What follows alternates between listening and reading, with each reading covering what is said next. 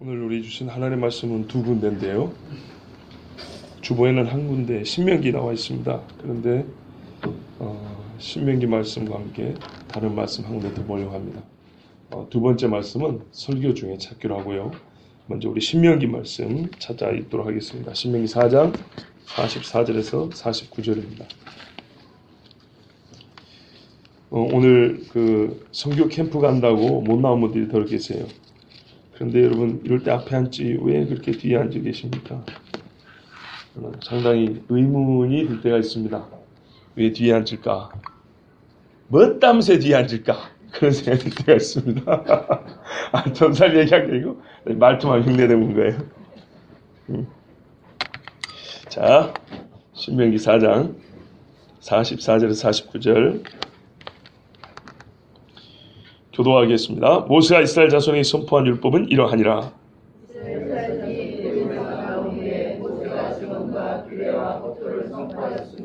요단 동쪽 벳볼 맞은편 골짜기에서 그리하였더라. 이 땅은 헤스본에 사는 아모리 족속의 왕 시온에게 속하였더니 모세와 이스라엘 자손이 애굽에서 나온 후에 그를 쳐서 멸하고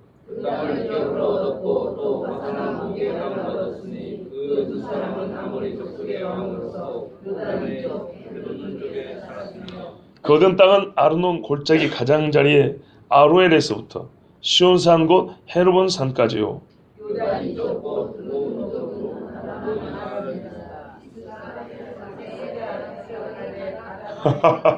우리말이 아니죠. 여기는 같이 읽도록 하겠습니다. 시작. 요단 이쪽 곧 그 동쪽 온 아라바니 비스가 기슬 아래 아라바의 바다까지니라. 아멘. 기도하겠습니다.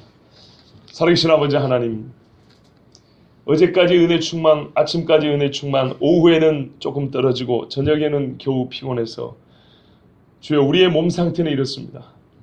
그러나 하나님, 우리의 영혼은 후패해질 사람들이 아니고 날로 앞으로 나가며 하나님과 가까이 성령이 충만할 사람들입니다. 하나님, 오늘도 주의 영이 우리와 함께 해주셔서 이 종 입술에는 하나님이 반드시 하시고 싶은 말씀을 전해주시고 담아주셨고 또한 바르게 전하게 하여 주시고 우리 모든 성도가 듣고 은혜를 받으며 하나님 앞에 가까이 나가는 시간이 되게 하여 주시옵소서. 하나님, 이제는 우리가 옛적의 작은 것과 부질없는 욕심들 다 버려야겠습니다. 그리고 우리의 작고 연약하였던 또는 우리의 더러운 죄악들도 다 버리고 용서받고 깨끗하게 된 심정으로 주님 앞에 서야겠습니다. 주님, 오늘 이 밤 이 말씀으로 우리를 그렇게 인도하여 주시옵고 이 작은 종을 정말 다른 것은 원하지 않습니다. 꼭 주의 말씀만 바르게 전하는 종이 되게 하여 주시옵소서. 예수 그리스도의 이름으로 기도합니다. 아멘. 사실 오늘 말씀 44절에 49절 말씀은 지도가 있으면 보기 좋았을 겁니다. 그런데 복사를 해서 나눠드릴까 하다가 예전에 다 해드렸어요. 해드려서 오늘은 그렇게 하지 않고 그냥 옛적에 보았던, 이게 요단강이면 요단강 동편 루벤, 갓, 므낫세 2분의 1 반지파, 이 지역의 땅 중에 벳볼 맞은편에 어느 지역이라고 생각하시면 됩니다.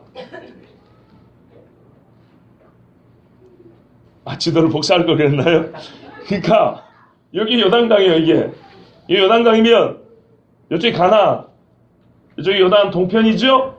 예, 이쪽에서 강 건너면 여리고란 말이에요. 여기 여리고 맞은편 이쪽에서 지금 말씀을 외쳤다 생각하시면 쉽습니다.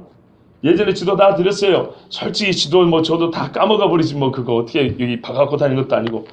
그런데 우리가 세밀하게 지리 공부할 거 아니면 그냥 이렇게 생각하면 쉬워요. 강가구나. 예, 강 옆에는 우리가 흔히 말하는 모압 평지라 그러잖아요. 모압 땅이고 옛날에 아모리 왕 시온이 살던 지역이고 여기서 조금 더 하면 산 하나 건너고 강 건너면 가나안 땅이에요. 가나안 바로 접경지로 생각하시면 됩니다. 여기서 모세가 율법을 외쳤어요. 자, 오늘 말씀도 한 절 한 절 보면 44절에 모세가 이스라엘 자손에 선포한 율법은 이러하니라 하면서 45절에 증언과 규례와 법도를 선포했으니 율법을 왜 증언이라 하고 규례라 하고 법도라 하느냐. 선포는 뭐냐. 다 아는 것 같지만 이것도 자세하게 논하면 할 말이 있겠지요. 근데 오늘은 생략합니다. 또 요단 동쪽 벳볼 맞은편 골짜기. 이게 지리적으로 어떻게 되냐 하고 뭐 예전에 지도나 여기 이미지 같은 걸 띄워가지고 보여드린 적이 있기 때문에 할 수 있지만 오늘은 역시 이걸 생략합니다. 왜냐하면 더 중요한 걸 봐야 될 시간이기 때문에 예전에 했던 건 일단 생략하고 안 한 거를 오늘 중심으로 말씀을 봅니다. 또 이 땅은 헤스본에 사는 아모리 족속의 왕 시온에 속했더라. 예전에도 시온과 바산왕 옥이 어디냐 하면서 막 그 지도 가지고 에드레이드부터 뭐 쳐들어가고 아르엘 뭐 이러면서 한 번쯤은 들은 기억이 있죠. 예, 바로 거기에요, 거기. 자, 47절 끝부분으로서요. 이 두 사람, 이 왕들은 아모리 족속의 왕들로서 옥은 거인이었고요. 요단 이쪽 해돋는 쪽에 살았다. 그 얻은 땅은 경계가 이러하다.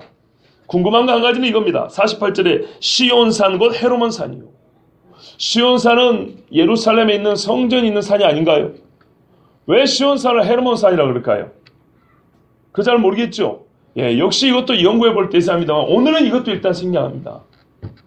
한마디로 지리적인 설명, 지리적인 이해 생략합니다. 생략이라기보다는 예전에 했기 때문에 두 번 하지 않는다는 얘기입니다. 용사관님 기억나시죠? 그때 지도해가지고 요단 동쪽이 이렇게 했었어요. 기억 안 나는데 난다고 하는 거짓말쟁이에요. 자, 하여튼 좋습니다. 했던 건 분명한 사실입니다. 하여튼 요단 동쪽에서 건너기 직전에 바로 국경 지역에서 사람들을 모아놓고 모세가 산 위에 올라서 하나님의 율법을 선포했어요. 제가 오늘 이 말씀을 통해서 진짜 궁금한 거, 지리적인 문제는 이전에 이미 한 번씩 지도로 다 봤기 때문에 왜 정복할 때 보세요. 이 왕들에서 뺏었다 그러잖아요. 그렇죠? 그때 그 본문 얘기할 때 다 봤던 거예요. 오늘 보고 싶은 거는 문제는 이거예요. 왜 여기서 율법을 다시 선포했을까요? 봐보세요. 율법도 옛날에 한번 선포했잖아요. 이 땅도 차지할 때, 전쟁할 때 이 땅은 지역이 어떤 지역이라고 누가 살았다 이미 설명 다 한 번씩 했잖아요. 지금 두 번 하는 거거든요. 그래서 신명기란 말 자체가 두 번 설교라는 뜻입니다. 두트로노미가 두 번 말하다 이런 뜻입니다. 진짜 신명기 핵심 주제로 들어온 거예요. 왜 두 번 말했냐 이 말이에요. 그것도 여기서. 요단강을 건너기 직전 바로 이 땅에서, 바로 이 지역에서 모세가 이 이스라엘 백성에게 왜 두 번째 설교를 했을까? 이게 진짜 궁금한 거예요. 이걸 질문하지 않으면 뒤에는 이제 내용이 나옵니다. 5장부터는. 십계명부터 해가지고 설교의 내용이 나오는데 우리는 내용에 들어가기 앞서 왜 이 내용의 율법을 옛날에 시내산에서 했는데 왜 여기서 또 하냐 이런 말이죠. 이게 중요한 문제입니다. 그래서 이 주제에 맞춰가지고 여러분에게 말씀을 전하려고 합니다. 외치는 장소. 왜 여기인가? 왜 율법을, 그러니까는 여기서 외쳤는데 이렇게 나눠볼 수 있어요. 율법이 무엇인가? 여기서 외친 건 율법이거든요. 다른 생활규례를 외친 게 율법을 외쳤어요. 율법이 뭔데? 누구에게 외쳤는가? 광야 2세대예요. 광야 2세대에게 율법을. 문제는 왜 여기서? 이 세 가지 주제입니다. 이 율법에는 옛날에 이미 전해줬고요. 예전에 신에서 들었거든요. 근데 그 율법을 이 사람들에게 왜 여기서 또 외치는가? 이게 중요한 사건이다 이런 말입니다. 간단하게 대답해 볼게요. 첫 번째, 율법이 뭐냐? 율법은 하나님이 누구신가를 가르쳐주는 하나님의 자기 계시입니다. 이에 대해서도 예전에 설교했습니다. 딱 이제 단답형으로 딱딱 이렇게 끊어 말하면 여러분이 다 이해할 수 있어야 됩니다. 왜 자기, 이거 설명 안 해야 되는데 왜 자기 계십니까? 누가 하나님이 일단 말을 담아줘서 꺼낸 게 아니죠. 하나님의 속의 등을 인간에게 처음 보여준 거죠. 하나님 이런 분이라고 자기 속을 가르쳐줬죠. 자기 계십니다. 율법은 언약 그 자체입니다. 율법은 메시아의 예표를 보여줍니다. 율법은 메시아가 와서 할 일을 가르쳐줍니다. 그래서 율법을 알면 메시아가 왔을 때 알아보게 합니다. 이건 예수 믿때 와서 하신 말씀이죠. 모세의 글에 나를 가르쳐. 너희가 왜 나를 믿지 않냐고 사랑치 아니하느냐. 율법은 하나님을 섬기는 예법, 즉 예배법을 가르쳐주는 규범입니다. 율법은 실제로 이 땅을 살아가는 이스라엘 사람, 즉 하나님의 백성이 실제로 이 땅에 어떻게 살을지 생활 규범입니다. 가장 의로운 삶을 가르쳐주는 말씀입니다. 이게 율법입니다. 근데 이거를 왜 이 사람들이 들어야 되죠? 이 사람들이 누굽니까? 광야에서 태어난 2세들, 출애굽한 이후 20세 이하였던 사람들이죠. 광야 2세대라는 말은 출애굽했을 당시에 20세 이하였던 사람들, 그리고 그 이하 40년 가까이 광야에서 태어난 사람들입니다. 왜 이 사람들 여기서 이 말씀을 들어야 됩니까? 나이가 어리기 때문에 들어야 됩니까? 아닙니다. 나이가 어리기 때문에 들어야 되는 게 아니고, 그 사람들은 어릴 때, 이들 중에 일부는 어릴 때 신의 산 앞에 섰던 기억이 있어요. 그런데 어린애들은 앞에 못 나오고 어른들만 나갔기 때문에 직접 하나님의 말씀을 그때 당시 어른들처럼 가까이서 듣지를 못했고, 이해력이 딸렸기 때문에 잘 모릅니다. 이 사람들의 40년 생활이라는 것은 그 말씀을 들었던 어른들이 말씀을 가지고 사는 삶을 보고 배운 거예요. 즉 전통을 배운 거예요. 근데 옳게 배웠을 수 있을까요? 옳게 못 배웠어요. 옳게 배웠다면 그들 중에 여호수아, 갈렙 외에고 나머지 다 죽지 않았겠죠. 그렇죠? 대부분이 죽었어요. 그 말은 신의 산에서 우리는 뒤에 있고 우리 아버지, 할아버지 앞에서 들었는데 그 들은 말씀을 똑바로 못 살았다는 말. 광야에서 다 죽을 정도로. 곧 후세대들도 바로 모범도 못 보여줬고 입으로 가르치지도 못했단 말. 생각해보세요. 고라하고 250명이 하루아침에 죽었고요. 우상숭배, 금수아지 숭배다 죽었고요. 나답과 아비로 제사장 노릇하다가 제사장도 죽었고요. 죽은 사람이 부죽이 있어요. 불평하다 죽고 원망하다 죽고 불뱀에 물려 죽고 죽은 사람이 얼마나 많습니까? 그러죠. 이 사람들은 다시 말하면 말씀을 직접 내 귀로 직접 들은 적은 없어요. 모세가 띄엄띄엄 기록된 말씀을 읊어줬겠지만 처음부터 끝까지 우리 판소리도 완판이라고 그러잖아요. 4시간 8시간 서서 막 외치잖아요. 그런 것처럼 하나님의 율법을 완판으로 들어본 적이 없어요. 온전하게. 그래서 들어야 돼요. 왜요? 이제 가나안 땅에 들어가야 되니까. 이 사람들이 그렇게 들은 적이 없다는 말은 이 세대가 신앙이 좋을까요? 안 좋을까요? 별로 안 좋습니다. 꼭 그렇게 배웠는데 얼마나 좋을 것 같습니까? 안 좋습니다. 어떻게 하냐? 이 세대만 남았을 때 하나님이 가나안에 오기 직전, 가나안 밑으로 오기 직전에 바알볼의 사건이 있었습니다. 민수기 25장에 보면 바알볼. 이때는 옛적의 조상들은 다 죽었을 때고 2세대, 즉 나이가 많아야 60세 이하만 남았을 때입니다. 20살이 40이니까 60세잖아요. 나름대로 젊은 사람들만 남았는데 역시나 미인계에 넘어가가지고 가한하고 바알을 숭배다 하루에 2만 3천 명이 들었고 후유증까지 해서 이틀 동안 2만 4천 명이 죽었어요. 그리고 그 중에 시므온 지파의 한 아들은 미디안 여자를 데려다가 사람들이 그리 저녁배로 중화하는데도 정신을 못 차리고 벌건 대낮에 죽어가는 사람들 눈앞에 들고 모세 눈앞에 들고 자기 장막으로 그 여자를 데리고 들어가 성관계하다가 하나님의 종 비느하스가 성질이 나가지고 여호와의 분에서 말뚝을 꿰뚫어서 둘이 한꺼번에 꼽아 죽여버렸다고 그랬어요. 그때서야 하나님의 진노가 그쳤다고 그랬어요. 이게 광야 2세대들이 저질렀던 사건입니다. 믿음이 좋아요, 안 좋아요? 안 좋아요. 하루아침에 2만 3천 명이 죽었어요. 또 하나 믿음이 안 좋다는 거 어떻게 아냐? 아직까지는요. 여리고 앞에 갔을 때 인도네시아 가신 분들은 그 목사님한테도 들었겠지만 요단강을 건너고 여리고 앞에 갔을 때 길갈이라는 동네가 있어요. 길갈은 굴러버리다 이런 뜻이에요.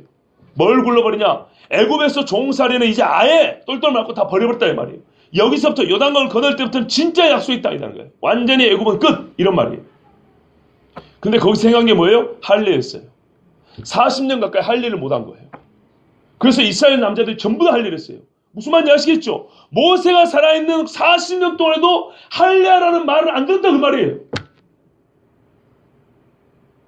그러면 만약에 광야 세대에 할아버지가 살아있고 아버지가 살아있고 자기들끼리도 살면서 율법을 할례하러 8일 만에 할례하는 말이 있는데도 안 하고 40년을 버틴 인간들이 여리고 눈앞에 두고 적군을 눈앞에 두고 우리는 광야에 있고 저들은 성 안에 있는데 이 불리한 여건 속에서 전부 다 성계하려고 피를 내고 3일 4일 끙끙 앓고 있으면 죽으라고요. 믿음이 얼마나 좋은지 아시겠죠. 예, 인도네시아 스테이 그 선교사님이 임성사님이 그 소리를 했어요. 아주 옳은 말이에요. 몰살당이 딱 좋은 거예요. 세겜성의 사람들이 할례해가지고 끙끙 앓고 있을 때 시몬과 레위하고 종 몇 사람 와서 다 죽여버렸잖아요. 남자들. 그런 위험의 순간에 할례를 했다. 이거 믿음이 좋아요 안 좋아요? 무지하게 좋은 거예요. 봐보세요. 이 차이가 어디서 났을 것 같아요? 바로 이 율법을 든 것 차이예요. 광야 40년 동안 조상들을 보고 배우지 못했던 율법, 띄엄띄엄 들었던 율법, 할례를 해야 한다는 말을 했지만 주변에 하는 사람이 있어야지. 40년 동안 하는 사람이 없어요. 마치 모세의 아들 두 아들이 할례하지 않고 하나님의 약속을 성취한다고 가다가 모세를 쳐 죽인 것처럼 여차하면 그럴 꼴이 될 뻔했어요. 그래서 하나님이 여호수아를 통해서 여리고를 건넌 다음에 너희가 약속을 지키러 간다면, 약속의 땅을 얻으면 할례를 했을 때 한 명도 거절하지 않고 불순종하지 않고 다 할례했어요. 이건 목을 내놓은 거였어요. 그런데 여러분, 이와 같은 결단이 어디서부터 시작됐을 것 같습니까? 엊그저께까지 미디안 여자하고 놀아놨던 놈들이 불과 며칠 사이에, 몇 달 사이에 이런 믿음의 성장이 어떻게 가능했을 것 같습니까? 믿음은 들음에서 나고, 들음은 주의 말씀에서 난다. 그리스도의 말씀에 난다 그랬죠. 하나님의 말씀에서 난 거예요. 이 말씀을 들어야 이전의 광야의 죄를 이전에 잊어버리고 또는 이겨내고 진짜 생명을 얻을 수 있는 거예요. 진짜 조상들은 신의 산에서 율법을 듣고 하나님과 피해 약속을 하고 40년 광야의 시험 테스트에서 다 죽었지만, 이 사람들은 이 모압 평지에서 말씀을 듣고 이제는 이 사람들은 복이면서 믿음의 테스트가 어디냐면 가나안이에요. 그런데 이 사람들은 가나안에서 아이성 빼고는 가나안을 정복할 때까지 전부 다 순종했어요.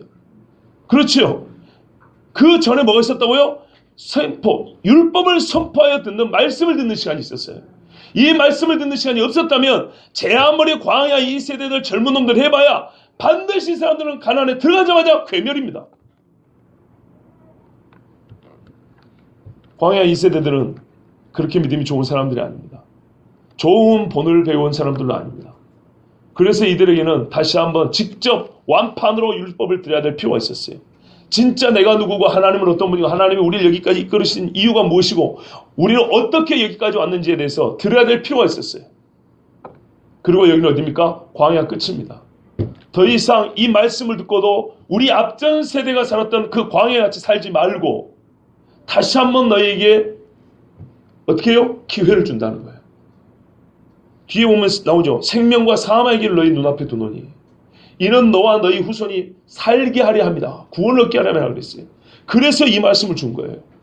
광야 끝과 약속의 땅 그 직전에 진짜 우리가 생각해보세요. 뭘 해야 되겠습니까? 그 사이에 섰을 때, 광야와 약속의 땅 사이에 섰을 때 우리가 무엇을 해야 되겠습니까? 첫 번째는 하나님의 말씀을 듣는 거예요. 여기서 결정이 납니다. 그리고 이들이 얼마나 믿음이 좋아졌는지.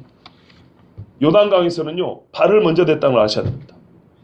발을 대니까 강물이 멈췄어요. 저 위에 쌓였다고 그랬어요. 여리고를 어떻게 이기는가 봐보세요. 그 전에 이런 전쟁 해본 적이 없어요. 그 전에 똑같이 칼 들고 다녔어요. 여호수아가 잘 싸웠거든요. 여호수아 형님만 따라다니면 그래도 죽지는 않았어. 근데 지금은요, 여리고는 씩소리 하지 않고 빙글빙글 돌아갑니다. 그 큰 성을 하루에 한 바퀴씩 나와가지고, 성에서 나와가지고 침을 어떻게 해? 골이 끊기고 다 죽겠죠. 생각해보세요. 완전 불리한 거예요. 마지막 날은 죽일 수 있는 기회를 7배를 많이 줬어요. 7바퀴를 돌았어요. 얼마나 큰 믿음입니까? 생각해보세요. 그런데요, 그 다음에 작은 실수가 있었죠. 죄가 있었죠. 이 큰 믿음에 비하면 아주 작은 죄예요. 아간이라는 사람이 여리고에서 요만한 거 숨쳐갖고 숨겼을 뿐이에요. 그런데 하나님이 어떻게 했어요? 이만큼 도용하잖아요. 왜? 너희가 말씀을 들었기 때문에. 분명히 말했잖아요. 철저하게 순종하라고. 그러면 여리고 같은 성도 이렇게 기가 막히게 내가 너에게 준다. 그런데 아무리 작은 성이라도 죄가 이만큼 있으면 줘요, 안 줘요? 안 줘요. 생명을 잃어야 돼요.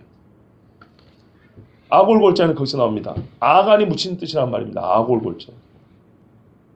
아골골자의 기원이 아간이 묻힌 것에서 시작하는 거예요. 아간과 고라 일당 묻은 것처럼 아간과 그 집안 식구와 재산, 짐승들까지 다 모아서 돌로 쳐 죽여가지고 돌무더기 쌓아놨어요. 거기가 골짜기였던 모양이에요. 그래서 거기를 아골골짜기로 부르고 지금까지 그 이름이 이어진다 그랬어요. 그래서 아골골짜기란 저주의 이름이고요. 불순종한 사람이 묻히는 곳이에요. 여러분, 이와 같은 이제부터는 하나님이요 광야같이 많이 기다려주지도 않아요. 이제는 그때그때마다 하나님의 응답이 있어요. 함께 하시거나 함께 하시 않거나 살려주거나 죽이거나. 왜요? 여기는 가나안입니다. 트레이닝 장소가 아니고요. 여기는 테스트 장소입니다. 조금 구분하실 필요가 있어요. 광야에서 하나님의 시험을 해보시기도 했지만은 말씀을 들으면 성경 전체를 보면요. 광야는 기본적으로 훈련이었어요. 오히려 유대인들이 건방지게 훈련받는 주제에 하나님을 시험했어요. 그런데 가나안은요. 이 훈련받은 그 결과를 점검해보는 자리예요. 시험이에요. 여러 시험들이 있었어요. 가니까 먹을 것도 좋은 거 많았고요. 예쁜 여자들도 많았고요. 멋진 남자들도 있었고요. 그럴듯한 우상과 산당들도 있었고요. 재물도 많았고요. 땅도 좋았고요. 진짜 여기서 뭐예요? 테스트예요. 너희가 진짜로 훈련받은 거 제대로 훈련받았는가? 제대로 내 말을 듣고 마음에 새겨놨는가? 진짜 테스트해본 데가 가나안이에요. 그래서 하나님께서 이 백성에게 그 테스트를 통과할 수 있게 하여 말씀을 주신 거예요. 여기는 광야 끝입니다. 여러분, 우리가 안식에 들어갈 약속이 남아있는 자들인 거 아시죠? 유대인들은 안식에 들어갈 약속이 남아있었어요. 그런데 들어가지 못한 자가 많다고 성경은 말합니다. 히브리서 3장과 4장에 보면 지난 수요일날 제가 3장을 잠깐 읽어드린 월삭기도 때 읽어드린 것처럼 안식에 들어갈 약속이 남아있을지라도 들어가지 못한 자들이 있다. 왜 못 들어갔냐 하니까 믿음이 없어서라고 하는데 성경은 그 믿음 없음을 불순종이라고 했어요. 불순종이 불신이고 순종이 믿음이라고 했어요. 중요한 건 약속이 있는데도 불구하고 못 들어갔다 이렇게 말씀합니다. 그래서 오늘 이 말씀이 이스라엘 2세대에게 광야 2세대에게 필요한 겁니다. 조상들과 같이 한 이스라엘이기 때문에 약속은 똑같이 남아있습니다. 그런데 너희 조상들과 같으면 들어가요 못 들어가요? 못 들어갑니다. 여리고에서부터 막히고요. 요단 강에서부터 막힙니다. 저를 보세요. 남이 듣든지 안 듣든지 신경 쓰지 마. 저를 보세요. 여러분, 여기서 하나님 말씀을 듣고 순종하지 않고 믿음을 갖지 않으면 가나안에 못 들어갑니다. 그래서 지금 말씀을 준 거예요. 어쩌라고요? 들어가라고 준 겁니다. 자, 그러면 오늘 우리가 왜 이 말씀을 다시 들어야 되는지 이유가 분명합니다. 이제 5장부터 이어질 10계명을 왜 우리가 들어야 되는지 분명하다고요. 우리가 하나님 앞에 예수 그리스도를 믿고 주 예수 그리스도와 함께 하나님의 나라에 들어갈 약속이 우리에게 있지요. 그런데 우리가 다 들어가느냐 하면 다 들어가지 못합니다. 그래서 여전히 우리도 하나님의 말씀이 들려져야 하고 들어야 될 이유가 있는 겁니다. 여기서 그런데 왜 하필이면 광야 이야기고 이스라엘 이야기인가? 왜 이스라엘의 이야기를 가지고 우리의 삶을 비춰봐야 되고 적용해봐야 되는가? 그 이유를 하나 가르쳐 드릴게요. 여러분, 신약 성경은 대부분 누구에게 쓴 글인가요? 불신자입니까? 신자입니까? 신자입니다. 대개는 교회에 쓴 글이죠. 즉 신자, 형제라 부르심을 받은 자들 쓴 글입니다. 그런데 거기에 경고가 있습니까? 없습니까? 많이 있죠. 많은 경고가 있습니다. 경고할 때마다 신뢰를 들어준가요? 안 들어준가요? 들어주죠. 신뢰를 들어줄 때 어떤 사건, 어떤 사람을 예로 들어서 우리에게 경고하십니까? 너희는 바벨론과 같이 죄를 짓지 말라. 이렇게 경고하십니까? 바벨론처럼 살면 안 되죠. 물론 그러면 안 되지만 그렇게 말하지 않아요. 우리는 고작 바벨론 정도가 아니거든요. 신자가 갖고 있는 위험과 시험이라는 것은 불신자였던 죄의 산모 역할을 했던, 아니 산실 역할을 했던 바벨론과 같은 교회가 그렇게까지 되면 안 되잖아요. 성도들아, 너희는 하만과 같은 자가 되지 마라. 이렇게 말하지 않죠. 지도자들아, 너희는 애굽의 바로와 같이 교만하지 말라. 이렇게 말하지 않죠. 잘 들어보세요. 성경에 보면 나쁘고 못되고 죄 지은 대표적인 인물들이 얼마나 많습니까? 그런데 그 사람들을 얘기하지 않아요. 교회 이야기할 때는. 신자들아, 너희는 이스라엘을 침공했던, 이스라엘을 미혹했던 가나안 사람들과 같이 그렇게 우상 숭배하지 말라. 이렇게 교회를 경고합니까? 안 해요. 교회를 경고할 때는 항상 누구를 신뢰로 대하면 이스라엘을 신뢰로 듭니다. 이게 놀라운 사실입니다. 무슨 말이냐면 적어도 교회라고 하는 것은 약속 안에 들어있는 사람이고 이 중에는 구원받는 사람이 많지요. 그것을 전제로 하고 예를 들기 때문입니다. 아예 불신자인 바벨론, 니므롯, 아수르, 애굽, 가나안 이런 사람들은 미안하지만 우리하고 비교 대상이 안 됩니다. 불순종하고 죄지면 그들도 즐기고 우리들도 죄지는 건 똑같은데 기본적으로 정체성이 다르다는 거예요. 그들은 불신에 속하고 우리는 신에 속하다는 거예요. 믿음에 있다는 거예요. 그러면 믿음에 있는 사람들이 주는 경고거든요.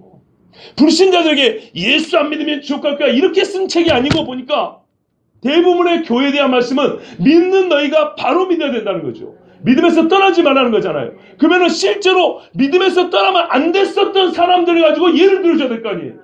그래서 이스라엘이에요. 그걸 잘 봐야 돼요. 교회의 운명에 대해 사람은 이스라엘을 잘 봐야 돼요. 특히 그런데 이스라엘을 얘기하는데 어느 시절에 이스라엘 얘기를 주로 합니까? 광야 시대 이스라엘입니다. 대부분 광야 시대 이스라엘입니다. 거짓말 아니에요. 왕정 시대에 너희는 다윗같이 이런 말 안 해요. 모세는 어쨌고 여호수아는 어쨌고 고라는 어쨌고 하면서 불순종한 사람들에게 경고잖아요. 경고. 왕정 시대는 잘못한 거 없어요? 사사시대는 잘못한 게 없냐고요. 그런데 희한하게도 사사시대 왕정시대보다 교인들에게 신자들에게 신앙의 경고를 줄 때는 대부분 이스라엘이며 이스라엘 역사 중에도 40년밖에 안 되는 광야 이야기를 가지고 아주 무서운 경고를 준다는 거예요. 제 말이 맞아요? 틀려요? 딱 훑어보면 그렇죠. 경고의 말씀은 전부 다 이스라엘 빗대였고요. 이스라엘 중에도 광야예요. 왜 그럴까요? 영적인 정체성이 같기 때문이에요. 영적인 그 여정이 동일한 성격의 길을 걷고 있기 때문이에요. 무슨 말이냐? 잘 봐보세요. 예수님이 피를 흘려 죽었어요. 예수님의 피를 꾸미는 말로 우리는 뭐라고 앞에 뭘 붙여요? 무슨 피? 유월절 어린 양의 피. 어린 양의 피인데 어린 양 하면은 아니 양이 얼마나 많이 죽었는데 그 양 중에 어떤 양이에요? 특징이 돼야 될 거 아니에요. 그래서 무슨 어린 양? 유월절 어린 양. 분명히 성이 고린도서 그러죠. 유월절 양으로서 우리에게 죽으셨다 돼 있죠. 그러면 우리는 무슨 말이냐? 유월절 양의 기능을 한 예수님의 피였기 때문에 구원을 받았다는 거예요. 유월절 양과 같은 능력과 기능을 행한 피였다는 얘기죠. 가이디스에 맞죠? 뭔가 이게 번뜩번뜩 떠오르죠? 할렐루야. 이스라엘이 봐보세요. 출애굽을 우리는 뭐라고 설명합니까? 죄와 사망에서 해방됐다 이 말이죠. 근데 그들이 어떻게 해요? 어린 양의 피로. 양의 피를 문설주와 임방에 바를 때 진짜 어떤 일이 벌어졌어요? 죽음의 사자가 애굽의 모든 장자를 진짜 죄의 싹대로 사망으로 끌고 갈 때 똑같은 조건인데도 피가 있기 때문에 건너뛰었어요. 쉽게 말하면 무슨 말이에요? 이스라엘은 그날 그 피로 구원을 받은 거예요. 우리는 실제로 그렇게 지금까지 활용을 해왔잖아요. 말씀을. 그렇게 붙여서 이해를 했잖아요. 그렇지 않습니까? 유월절이 예수님을 설명하고 예수님이 유월절을 비춰줬잖아요. 그래도 설마 아니 우리는 예수 피로 구원받는 그 사람 아니요. 있는 그대로 보세요. 있는 그대로 성경이 말씀한 대로 제가 이런 말씀 드렸어요. 이스라엘 혈통인데 그날 피 안 바른 집은 어떻게 됐을까요? 죽어요. 애굽 사람인데 피 바른 사람은 뭘로 살아요? 믿음으로. 믿음의 증거가 피였거든요. 이 설교도 한 2번인가 했어요. 그리고 시내산에서 출애굽기 24장에 보면 하나님의 언약을 선포한 다음에 율법을 선포한 다음에 백성이 전부 다 아멘하고 그 다음에 손을 잡아서 피를 뿌립니다. 그러면서 뭐라는지 알아요? 율법은 돌에 새겨진 것만으로 생각하면 안 되고 이로써 우리에게 피 언약이 맺어 있다 이렇게 말했어요. 피로 맺은 언약이에요. 피로 살았어요. 유대인들이. 맞죠? 유월절은 실제로 이 사람들이 그날 죽었어야 되는데 400년 죄와 사망의 그 어둠에서 피 때문에 건짐을 받고 피 때문에 구원을 받은 날이에요. 이 사건보다 예수님의 죽으심을 우리에게 바로 가르쳐주는 역사 안에 일어난 사건이 없어요. 아시겠죠? 그 다음에 이스라엘 사람들이 나와가지고 뭘 먹었습니까? 아니 어디를 지나갔습니까? 홍해를 지나갔죠. 홍해를 지나갈 때 홍해 물이 갈라져가지고 그 안에 길이 생겼죠. 그걸 성경은 뭐라고 말합니까? 그들이 홍해물로 세례를 받았다고 합니다. 우리가 예수를 믿으면 어떻게 되죠? 사도 베드로가 고넬료 집에 들어가가지고 하나님의 말씀을 전하는데 말씀을 듣는 중에 성령이 임해가지고 이 이방인들이 말이죠. 뭐라면 우리와 똑같이 성령을 받는 것을 보고 세례 줌을 누가 그 말이요? 그러면서 베드로가 같이 간 성도들에게 세례 주라 그럽니다. 그래서 고넬료 집안이 세례를 받습니다. 어떤 사람이 세례를 받아요? 예수를 믿고 성령이 인친 사람은 누구나 세례를 받습니다. 그런데 세례라는 똑같은 말을 어디다 썼냐면 이스라엘이 홍해에서 세례를 받았다고 되어 있습니다. 그 다음에 예수님은 자기 몸을 우리에게 줄 때 뭐라고 말했어요? 너희 조상들은 하늘에서 내려 만나를 먹었어도 죽었거니와 그랬죠. 근데 자기 자신을 말했어요. 나는 하늘에서 내려온 생명의 떡이라고 그랬죠. 능력에 있어서는 광야 시대, 출애굽 시대는 제한적인 능력을 가진 그런 은혜를 맛봤지만 우리는 예수 앞에는 온전한 은혜를 맛봤죠. 그러나 예수님이 우리에게 하신 모든 구속사역에 대하여 정확히 1대1로 이렇게 매칭을 시킨다면 출애굽과 광야 시대만큼 맞는 게 없다 이 말이에요. 그래서 신자들에게 경고를 줄 때는 항상 광야 얘기를 하는 거예요. 불순종의 대표가 다윗이 바세바를 가늠한 게 아니고 고란을 말하라는 거예요. 원망의 대표가 가나안에 들어간 다음에 사사시대에 망했던 그 죄가 아니고 거기서 먹을 거 달라, 떡 달라, 물 달라, 고기 달라 했다. 이거를 원망과 불평의 대명사로 그렇게 말씀하는 거예요. 왜요? 가장 우리 신앙 여자하고 흡사하고 영적인 성질이 동일해요. 구원을 받으면서 약속의 땅까지 그 주님이 허락하신 안식이, 그래서 히브리서 안식으로 표현해요. 안식. 안식에 들어가기까지 그게 무슨 말이에요? 믿어, 피로, 구원의 약속을 받고 약속에 받았어요. 분명히 약속 안에 있어요. 약속 안에 있는 자가 실제로 약속의 완성까지 가는 그 길. 교회는 어디 있다고요? 그 광야에 있다 이 말이에요. 그렇기 때문에 교회에게 경고를 할 때는 항상 이스라엘 역사, 수천 년 역사 중에 다른 역사 아니라 광야 이야기를 하는 거예요. 이게 얼마나 중요한가. 제가 지난 수요일부터 여러분의 말씀했죠. 이제부터는 작년 여름에도 설교했지만은 다시 한번 여러분의 말씀을 전한다고. 이제부터는 최소한을 넘어 이제 최대한으로 간다고 그랬습니다. 안 했군요. 이런 이야기. 여러분은 지금도 시끄러워 죽겠는데 이게 최소한이라고 그럴지 모르지만 저는 지금까지 최소한의 것을 설교했습니다. 이제부터는 최대한을 설교할 겁니다. 신명기 5장의 10계명이 다시 시작하죠. 10계명을 매일매일 설교하지 않지만 여러분 매 시간마다 창끝으로 온몸이 성한 데가 없이 찔릴 각오라고 들으셔야 됩니다. 이제부터는. 신명기 5장부터는 율법을 그렇게 전할 겁니다. 이 광야 2세대가 여러분 생각해보세요. 모세가요. 눈 감기 직전이에요. 눈 감기 직전에 모세가 입을 할 말을 가릴 게 무엇이고 모세의 남은 마지막 소원이 뭐겠어요? 이 자식들도 여기서 다 죽기를 바라겠어요. 모세가? 이 새끼들도 자기 새끼와 같은 놈들인데 자기 새끼도 여기 있잖아요. 요 놈들이 광야에서 옛적에 자기 동료들 다 죽었어요. 그 기라사 같은 믿음의 사람들이 다 불순종으로 광야에서 고기밥이 짐승의 밥이 되었단 말입니다. 땅이 쩍쩍 벌러져서 죽은 게 자기 사촌이란 말이에요. 고라는 사촌이에요. 지난주에 잘못 말씀했어요. 큰 집하고 작은 집이 바뀌었어요. 아론 집이 큰 집은 맞아요. 어쨌건 자기 집안 사람들이 자기 말로 인하여 땅이 벌어져 죽는 것을 보고 나머지 집안 식구들이 얼마나 원망을 했겠어요. 고라 사건 이후에 그 뒷날 이스라엘 백성들이 몰려와서 모세 아론을 또 대지에서 죽이려고 그랬다고 했어요. 그때 하나님 또 그들을 쳤어요. 여러분 이 끔찍한 일을 40년을 겪었습니다. 모세가 이 40년 신앙 여정을 마무리하면서 정말 이 사랑하는 이스라엘에게 이 땅에 최초로 하나님의 이름 애를 걸고 세울 최초의 나라에게 해줄 이야기가 뭐겠습니까? 망하라고 얘기하겠습니까?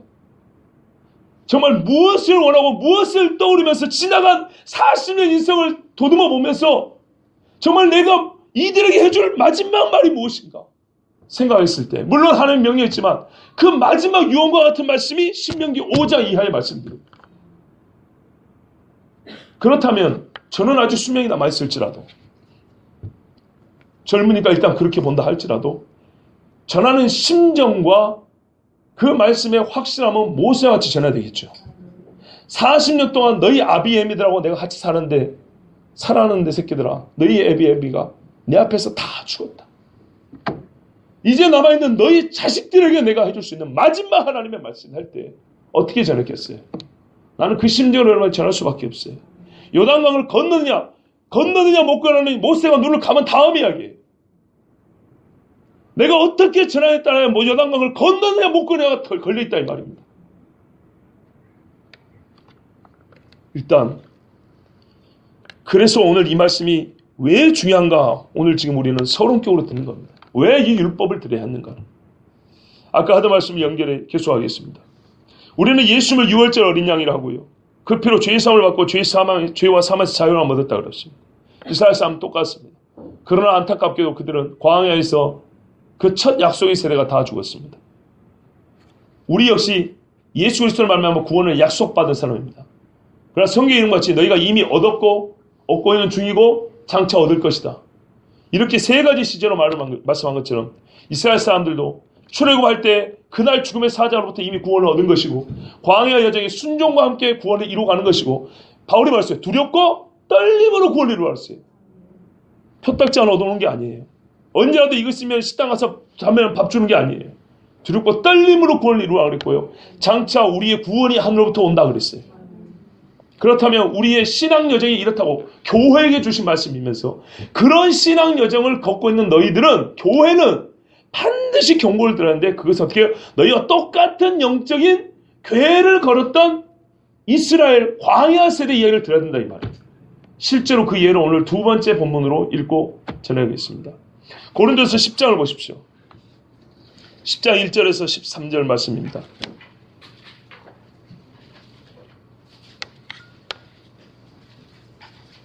고린도서 10장 1절에서 13절 말씀 제가 한 절씩 읽으면서 말씀 전하도록 하겠습니다. 형제들아 나는 너희가 알지 못하기를 원하지 아니하노니 강력하게 알기를 원하는 마음입니다. 강력하게 반드시 알아야 된다는 거예요. 고린도 교회 여러분 이방교회입니다. 이방교회가 유대인의 역사를 어떻게 알아요?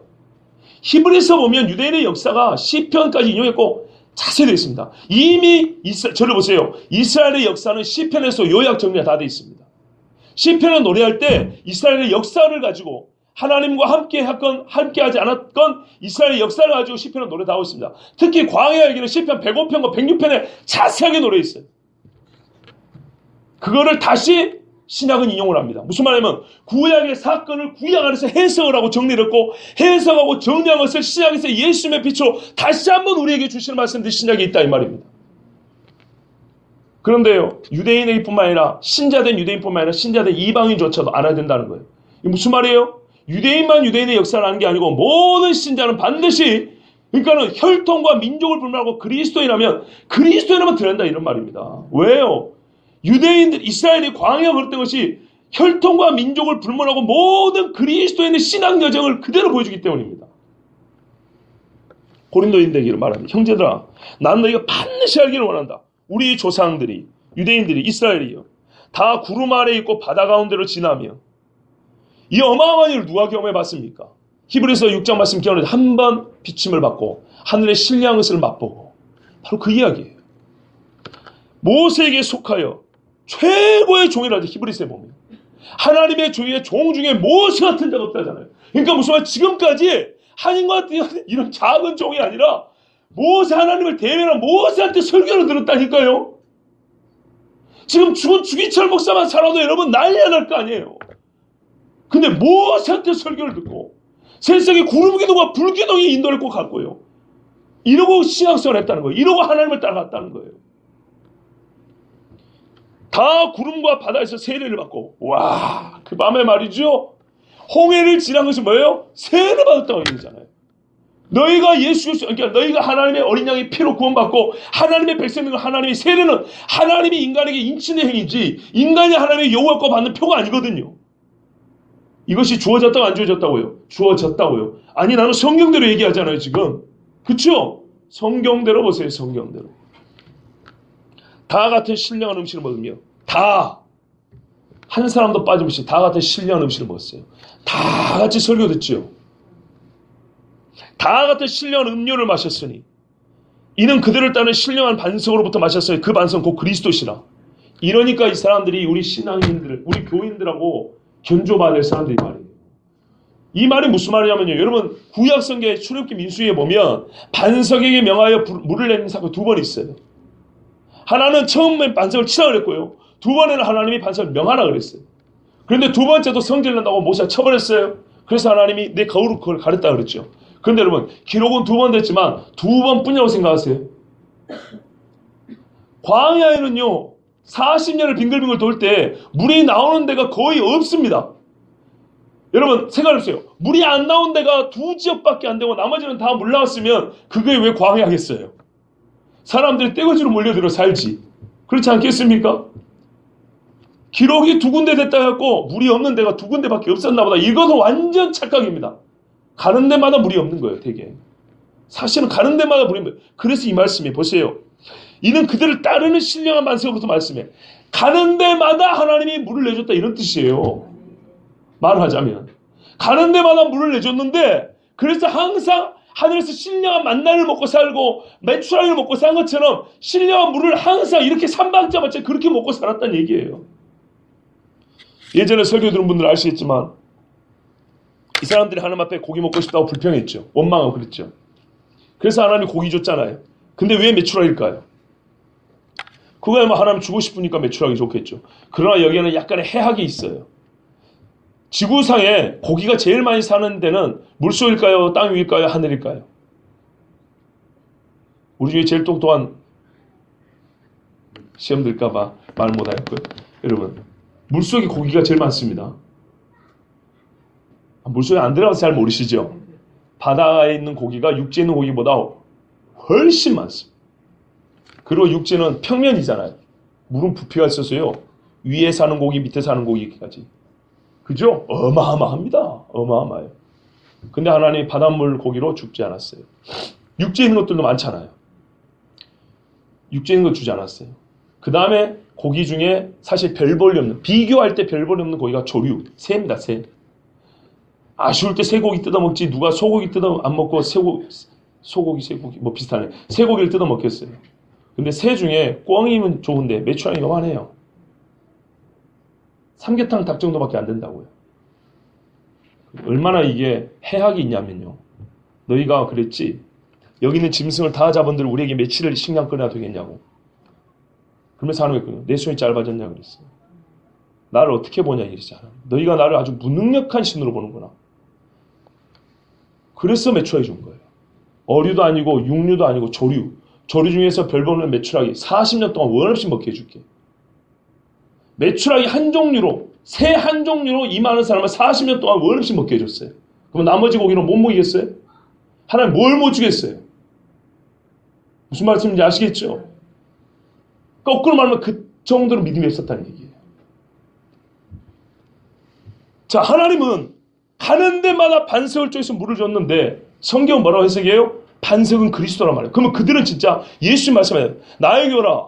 나에게 온 자는 배부르게 떡을 먹을 것이고 생수의 강물이 흘러넘친다 그러잖아요. 근데 그 모든 말이 시작된 데 어디냐면 광야 시대에서 시작된 것들이에요. 이거는 그대로 가져다가 유대인들을 기억하고 있거든요. 그 기억 그대로, 그 언어를 그대로 사용하여서 나사렛 예수를 설명해 준 거예요. 자, 어떤 은혜를 받았는지 아시겠죠? 말하자면 우리처럼 그리스도적인 은혜를 받은 거예요. 그리스도가 주는 은혜를 받은 거예요. 그러나 5절을 보세요. 그러나 그들의 다수를 하나님이 기뻐하지 아니하셨으므로 그들이 광야에서 멸망을 받았느니라. 어째서요? 기뻐하지 아니하였어요. 이유는 하나입니다. 기뻐하지 않아서 다수가 광야에서 멸망을 받는다. 그럼 이 다수가 누군가 볼까요? 몇 명이나 되는가 볼까요? 6절 보세요. 이러한 일은 우리의 본보기가 돼요. 누구예요? 우리가 누구예요? 신앙인. 쉽게 말하면 우리 신약을 사는 교회 교인들. 아시겠죠? 본보기란 말은 이걸 보고 그대로 배우라는 얘기예요. 잘못된 건 완전 버려야 되고 옳은 거는 똑같이 따르면 된다는 얘기예요. 우리로 하여금 그들의 악을 즐기한 것 같이 즐기하는 자가 되지 않게 하려 함이니. 우리가 항상 어디에 노출되어 있어요? 악을 즐겨하는 거예요. 즐겨요, 악을. 악을 즐겨 노출되어 있기 때문에 그들은 어쨌다는 거예요? 악을 즐겨서 하나님이 분노하여 죽였다는 얘기예요. 우리도 똑같이 예수 그리스도를 믿는 그리스도의 은혜를 받은 우리도 매일매일 목요일 때인데 피차 권하지 않으면 믿음에서 떨어진다 그랬죠. 왜? 죄를 즐기고 싶은 욕심이 계속 있거든요. 그래서 본보기를 줬다는 거예요. 예수를 믿는 너희라 할지라도, 성령을 받은 너희라 할지라도. 그들 가운데 어떤 사람들 같이 실제로 말합니다. 악을 즐기한 것이 이런 것이라고 대표적으로 네 가지 말인데요. 이 네 가지는 어쩐다고요? 반드시 멸망을 당한다는 거예요. 멸망을 당하는 길로 이끄는 그 갈고리가 이 네 가지입니다. 첫 번째, 너희는 우상 숭배하는 되지 말라. 기록된 바 백성이 앉아서 먹고 마시며 일어나서 뛰는 나무와 같으니라. 이 금송아지 이야기하는 거예요. 예수 믿는 나무에서 종교다운 죄에 빠져갖고 우상에 절하면서 괜찮으면서 돼지머리에 돈 집어넣어주면서 고사상에 절하고 있다고 지나는 사람은 아무리 신뢰하는 사람 같고 교회에서 봉사를 많이 해도 반드시 지옥이에요. 우상 숭배한 거 있으면 다 회개하셔야 됩니다. 친구 따라 체면상 어쩔 수 없이 대학교 MT 가가지고 뭐 선배들이 하니까 할 수 없이 막걸리 한잔 마시면서 뿌리고 이 짓거리 악을 흉내로 내고 있으면 무조건 회개해야 돼요. 두 번째, 8절. 그들 중에 어떤 사람들이 음행하다 하루에 23,000명이 죽었나니 우리는 그들과 같이 뭐 하지 말자? 음행하지 말자. 음란한 동영상들 컴퓨터에서 지워야 합니다. 아까 형기 보이는데 어디 갔어요? 여기 있냐? 니 안 보였어 지금 그랬어. 아니 네가 그랬다는 게 아니고 안 보였어. 미안해요. 우리 청년들, 형제들 뿐만 아니라 지금 2명 있으니까 마치 2사람이 얘기한 것 같은데 그렇지 않아요. 자매들도 마찬가지예요. 어른들도 마찬가지예요. 어린애들, 초등학교 애들 똑같아요. 음행을 버리라 그랬어요. 음행은 반드시 어떻게 되냐? 우상숭배로 연결되고요. 그 마음을 뺐습니다. 삼수를 보세요. 음행하는 자는 그 마음이 하나님 앞에 받은 이 거룩한 사명을 잊어버리게 만들고 죄에 잠을 자게 만듭니다. 음행은 마약과 같습니다. 음행은 아프게 우리를 죄를 끌고 가는 게 아니라 우리를 즐겁게 하여 죄를 끌고 가는 것입니다. 약입니다. 약, 마약입니다. 귀신의 약입니다. 음행을 버려야 합니다. 얼마나 무섭냐. 하루에 23,000명이 죽고 지금도 이단들이 와서 교회에서 음행의 바람, 음풍을 퍼뜨리면 어떻게 돼요? 교회가 아주 박살나버리죠. 제가 8년 전에 청년들을 가르칠 때 얘기했잖아요. 임원들이 20몇 명 되는데 얼마나 훌륭한 친구들인지 몰라요. 예? 수련회 가면 말이죠. 제가 그랬어요. 이것들은 미친 것처럼 기도를 한다고 그랬어요. 그런데 그 미친 것처럼 기도를 하는 것들에게 연말이 되니까 하나님이 저에게 주신 말이, 주신 감동이 음풍이 분다 그랬어요. 죄의 냄새가 고기 굽는 냄새처럼 솔솔 난다는 거예요. 저한테 가르쳐줬어요. 그래서 리더들에게, 청년 제자리 20명 되는 리더들에게 여러분 하나님이 죄를 버려야 합니다. 죄의 냄새가 난답니다. 그랬더니 어쨌다고요? 집에 가는데 전화가 이제 몇 통이 오는지 몰라요. 그때 제가 전도사였거든요. 전도사님 나는 이런 죄를 지었고요. 우리 리더들 중에 우리 리더들끼리 그 짓거리를 하고 돌아다닌 거예요. 한두 명이 아니에요. 미쳐버릴 이야기예요. 정말로 미쳐버릴 이야기예요.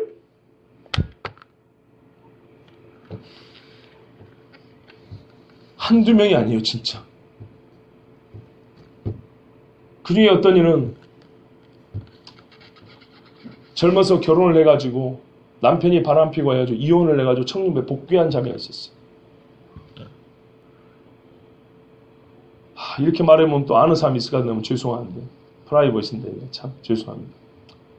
여러분, 이거는 비밀을 지켜야 됩니다.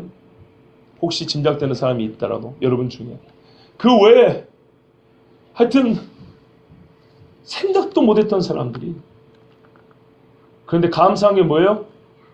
그렇게 고백한 사람들은 회개해요. 근데 이런 경우 있죠. 둘 중에 한 사람이 말했는데 이 사람은 말을 안 했어요. 재밌죠? 둘이 그랬을 거 아닙니까? 이 사람은 고백했어요. 전도사님, 나는 이러고 했습니다. 잘못했습니다. 나에게 뭔 잘못이겠냐. 하나님 앞에 회개하지. 같이 울었어요. 어떤 이는 그걸 못 빼 2년을 같이 울었어요. 2년을. 그렇게 울고 하고 회복이 됐어요. 하나님의 치료가 얼마나 확실하고 아름다운지 몰라요. 그렇게 회개한 사람들은요, 제가 알기로 지금 다 멋진 신앙이 됐어요. 하나님은 그럴 때는 죄를 기억하지 않아요. 그런데요, 정확해요. 이렇게 만데 이쪽은 끝까지 막 이랬죠. 막 집회하고 순회하면 막 뭐 한 것처럼 막 이러죠. 그런 사람들은요, 지금 신앙생활 똑바로 한 사람 없어요. 이렇게 정확할 수가 없어요. 하나님 앞에 회개하면요, 제가 그러잖아요. 죄는 다 지어요. 회개한 죄는 간증이 되고 회개하지 않은 죄는 평생의 수치가 되는 거예요. 저는 이걸 실제로 봤어요. 지금도 신앙을 잃어버린 사람 중에 그때 당시에 회개하지 않고 몇 년 동안 가장했던 사람들이 있어요. 나는 알아요. 누가 나한테 고백 안 합니까? 하나님 앞에 고백하면 돼요. 그런데요, 성경에 나왔잖아요. 너희가 서로 죄를 구하며 병 낫기를 구하라 그랬잖아요. 그 말씀대로 실천하고 있던 청년들은 정말 하나님이 아름답게 변화시켜줬어요. 지금도 서로 만나면 은혜가 돼요. 여러분, 혹시라도 아직까지 음행의 죄를 품고 있으면 회개하시고 그 죄를 버려야 합니다. 그러면 사는데, 그렇지 않으면 반드시 성경에 말하면 독사같이 물고 뱀같이 이렇게 정가같이 쏜다고 돼 있어요. 죽어요. 세 번째, 그들 가운데 어떤 사람들이 주를 시험하다가 뱀에게 멸망하였나니 우리는 그들과 같이 뭐하지 말자고요? 시험하지 말자. 하나님을 시험하는 사람은 죽는다 이 말이에요. 불법에 물려가지고 살 길을 가르쳐 있어요. 노뱀을 달아놓고 저거 쳐다보면 산다고 이렇게 쉬운 걸 가르쳐 있는데도 어떻게 해요?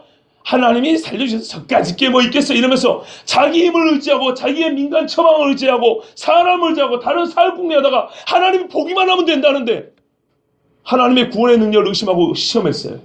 하나님을 테스트해봤다고요. 정말 방자의 그지 없이 여러분 신앙생활하면서 내가 하나님을 한번 시험해보겠다고 이런 소리 하는 순간 망하는 줄 아세요. 네 번째입니다. 그들 가운데 어떤 사람들이 원망하다 멸망시킨 자에 멸망하느니 너희는 그들과 같이 원망하지 마라. 절대로 하나님 원망하면 안 돼요. 떡 달라, 마늘 달라, 부추 달라, 고기 달라, 물 달라. 너희에게 이런 것이 있어야 될 줄로 아시느니라. 너희는 뭐하라고? 먼저 그의 나라와 하나님의 의를 구하라. 이 모든 것을 너희에게 더하시리라 그랬거든요. 그런데 순서를 바꾸면 어떻게 되는지 아세요? 간구가 아니고 원망이 나와버린다니까요. 하나님의 나라와 의를 구하면서 이 필요한 것들 달라는 사람은 진짜 솔직하게 하나님 앞에 간구가 나와요. 배고픕니다 좀 이런데 그것만 찾는 사람은 어떻게 해요? 좋은 기도만이 안 나와요.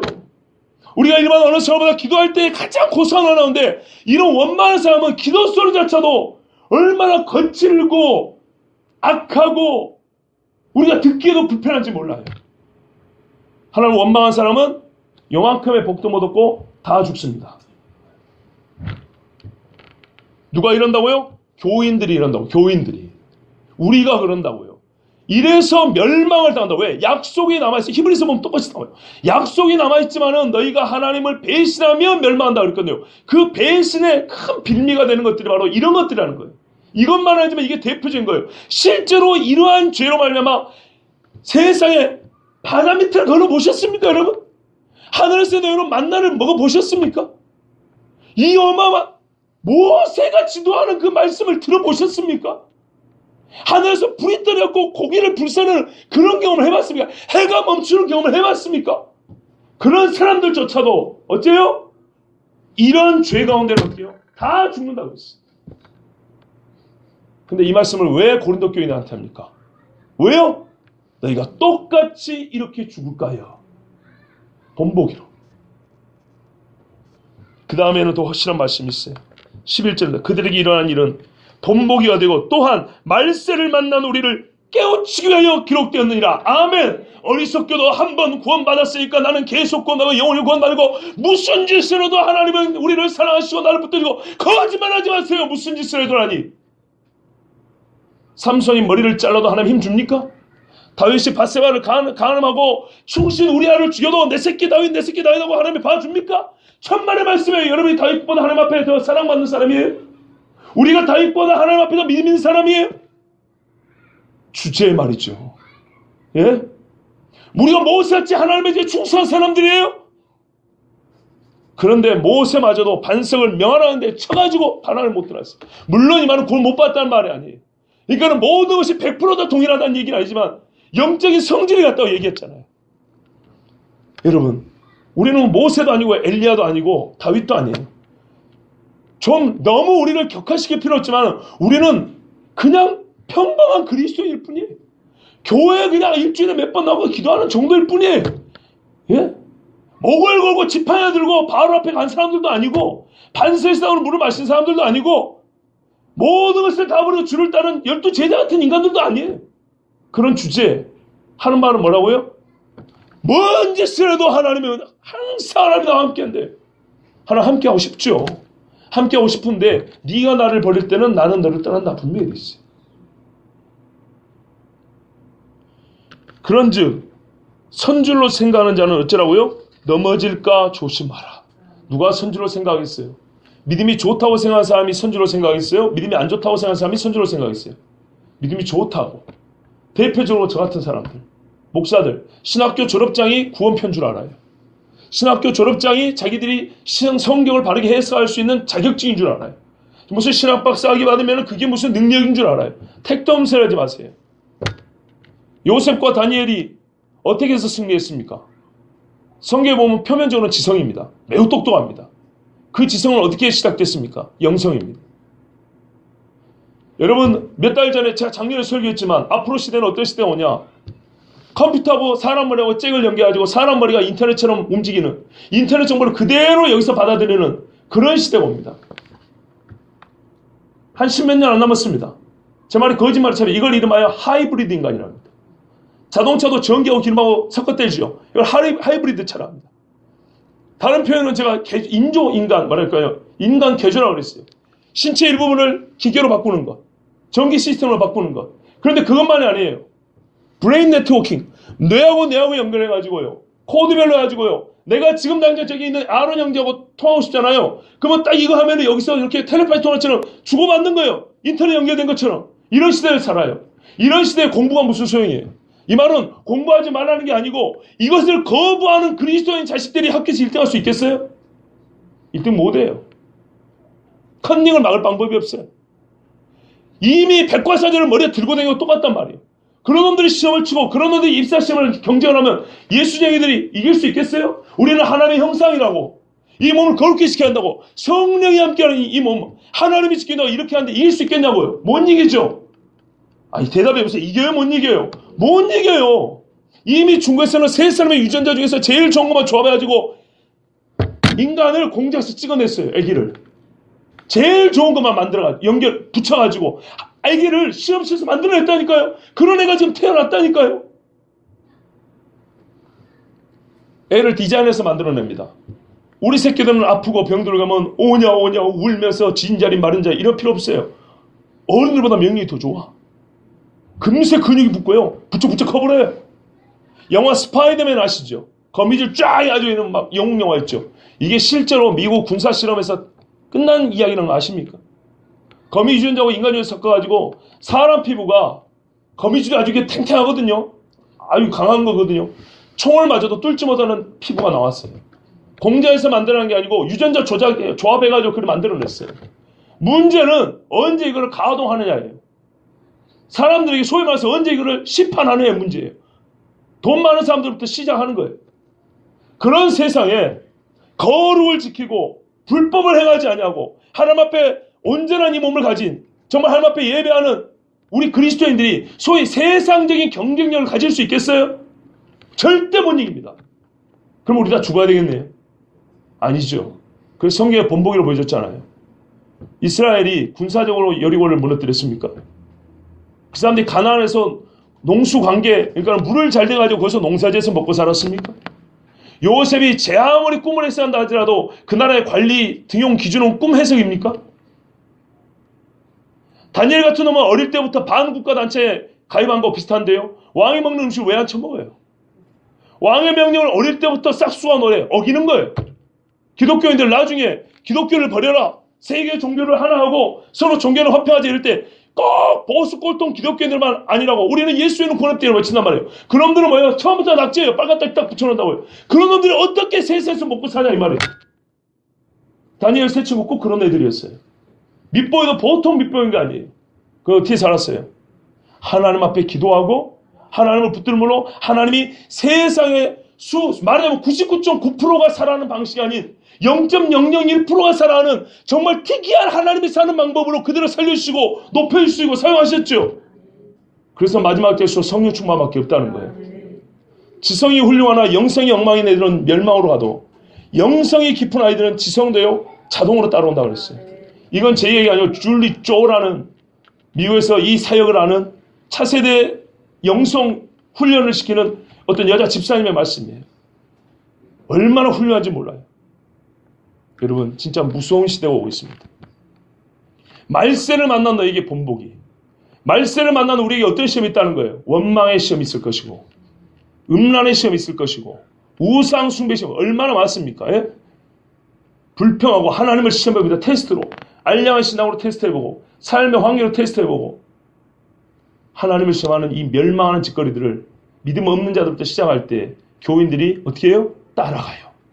어느 교회도 그런다던데. 어느 교파는 그런다던데. 로마 카톨릭은 그런다던데. 이러면서 서서히 따라가 다 같이 죽습니다. 이 말씀을 주의해서 보세요. 말세를 만난 너희를 깨우치기 위하여. 이 말씀이 아니면 우리는 어둠에 갇혀서 알지 못하고 무지한 상태에서 죽을 거란 얘기예요. 그래서 잠자고 있는 우리를 깨우기 위하여 이 말씀을 주셨다는 거예요. 그들에게는 역사적 실제고 그 역사적 실제가 우리에게도 반드시 너희에게도 이런 일이 있을 거니까 깨어있으라고 주셨다는 거예요. 그 다음에 보시죠. 13절에 사람이 감당할 시험 밖에는 너희가 당한 것이 없나니 오직 하나님은 미쁘사 너희가 감당하지 못할 시험당을 허락하지 아니하시고 시험당할 쯤에 또한 피할 길을 내사 너희로 능히 감당해 하시느니라. 아멘. 이렇게 읽으니까 13절이 새롭게 보이죠. 예전에 13절만 떼어봤죠. 내 인생에 어려움이 있을 때 하나님 피할 길을 주세요. 살 길을 주세요. 하나님 주세요. 그러나 얼마나 이게 우리가 자기 식대로 생각을 받는 가 없어요. 1절부터의 말씀의 결론을 주신 게 13절입니다. 광야를 자세히 꿰뚫어 보고 교훈을 받은 자에게 주신 말씀이 13절이라고요. 그런데 이거 없이 13절 그냥 시험의 종류 상관없어요. 내 인생의 고통이 다 시험이지 뭐. 힘든 게 시험이지 뭐. 힘든 일 있을 때마다 주여 말씀해 보니까 하나님이 불사 감당하지 못할 시험당을 허락지 않는데 이 시험 감당할 수 있으니까 주신 줄 믿습니다. 피할 길을 준다 했으니까 능히 감당할 줄 믿습니다. 피할 길을 보여주세요 이런다고요. 100% 틀린 건 아닙니다. 그러나요 말씀대로 볼까요? 여기서 말하는 시험은 뭡니까? 이스라엘 사람들이 광야에서 엎드려서 멸망당할 그 이유가 되었던 것들 이걸 시험이라고 얘기하는 겁니다. 시험 중에 진짜 시험은 뭐냐면요. 구원을 잃게 하는 것들이에요. 그런데 이런 시험들이 오늘 우리에게 말세를 사는 우리에게 주어진다는 겁니다. 여러분 돈이 없는 시험보다 병이 든 시험보다 관계가 좀 틀어진 시험보다 진짜 무서운 시험은 뭐예요? 내가 사느냐 죽느냐죠. 구원을 받느냐 못 얻느냐인데 지금 말한 것들은 전부 다 구원을 받느냐 구원을 잃느냐의 문제라고요. 이런 시험을 얘기하는 거예요. 물론 이 정도 시험을 얘기하니까 삶에서 고통은 당연하겠죠. 뭐 그 정도는 별거 아니겠죠. 근데 진짜 본문이 나오신 건 뭐냐면 우리 예수 믿고 나아가는 우리가 약속을 받고 그 약속의 땅을 향해 나가는 우리에게 이와 같은 시험이 있다 이 말이에요. 그래서 어떤 일은 꼬꾸라진다는 얘기입니다. 수많은 사람이 꼬꾸라진다는 거예요. 그들 중에 다수가 한두 사람 빼고 다 죽었다는 거예요. 다. 그래서 이 말씀을 왜 줘요? 제발 예수 믿는 사람들은 족족 이 말씀을 듣고 살아야 된다는 거예요. 이런 시험을 이겨내야 된다는 거예요. 그런데요. 그러면 광야 사람들이 이 시험이 컸기 때문에 다 죽어야만 됐냐? 남은 애들은 뭐예요? 그럼? 그 말이에요. 그게 광야라는 악조건 속에서 우리 인간의 연약함으로 그거 질 수밖에 없는 거 아니냐고. 그 정도 되면 어떤 인간이 이겨내겠냐고 그렇게 하소연할지 모르지만 하나님은 너희가 감당할 시험을 준 적이 없다. 거기 봐라 누가 남았는가. 갈렙과 여호수아 남았지 않냐. 걔들이 감당했으면 너희는 충분히 감당한다는 거야. 아론의 손자 비느하스가 남았어요. 사실 이 비느하스가 남았지 않냐. 봐라 이 제사장이 불의한 것을 참지 못하고 사람은 불의를 기뻐하지 않냐며. 그래서 하나님의 진리를 기뻐하여 말뚝하고 들었던 비느하스는 살아서 하나님 앞에 크게 쓰임받는 제사장이 되었거든요. 그리고 피할 길을 준다 그랬죠. 우리는 이 말씀을 또 이렇게 생각해요. 시험 당할 쯤에 피할 길을 준다는 말을 제 말이 틀린 거 봐보세요. 대개 시간적으로 보면 시험이 시작되고 한참 어려움을 당하다가 중간에 어디선가 새끼를 보였고 저희가 피하는 길이구나 이렇게 발견하는 그런 이미지를 떠올리죠. 즈음이라는 말이 후회라는 뜻입니까? 즈음이라는 말이 어떤 사건이 일어난 다음이라는 뜻입니까? 앞이 될 수도 있는 겁니다. 한국말인데 여러분 좀 이해를 해주시길 바라요. 뭐할 즈음에 이 말이 뭐할 즈음에가 뭐라는 사건이 일어난 다음만 말하냐고요. 뭐라는 사건이 일어나기 직전도 즈음이죠. 뭐할 즈음에 맞죠? 우리가 얼마나 한쪽으로만 생각해 봐보세요. 무슨 말이냐면 이와 같은 어려운 시험이 있잖아요. 그러면 이 시험이 있은 다음에 하나님이 우리에게 피할 길을 준 게 아니고 어떤 경우는요. 시험이 있기 전에 미리 피할 길을 보여준다는 거예요. 근데 왜 못 볼까요? 왜 이 시험에 들어갈까요? 이 경우는 진짜 큰 죄인데요. 미리 보여주고 미리 피할 길을 보여주는데도 안 듣는 경우예요. 미리 하나님이 마지막 때도 뭐래요? 징조를 보여준다 그랬어요. 분명히 그랬죠. 하늘에 징조가 있다고 그랬고요. 땅에 징조가 있다고 그랬어요. 그리고 모세가 미리 가르쳐주지 않았습니까? 선지자들이 말해주지 않았냐고요. 어줍잖은 종이지만 저 같은 사람들이 미리 말해주지 않냐고요. 이러이러한 일은 이렇게 해야 된다고.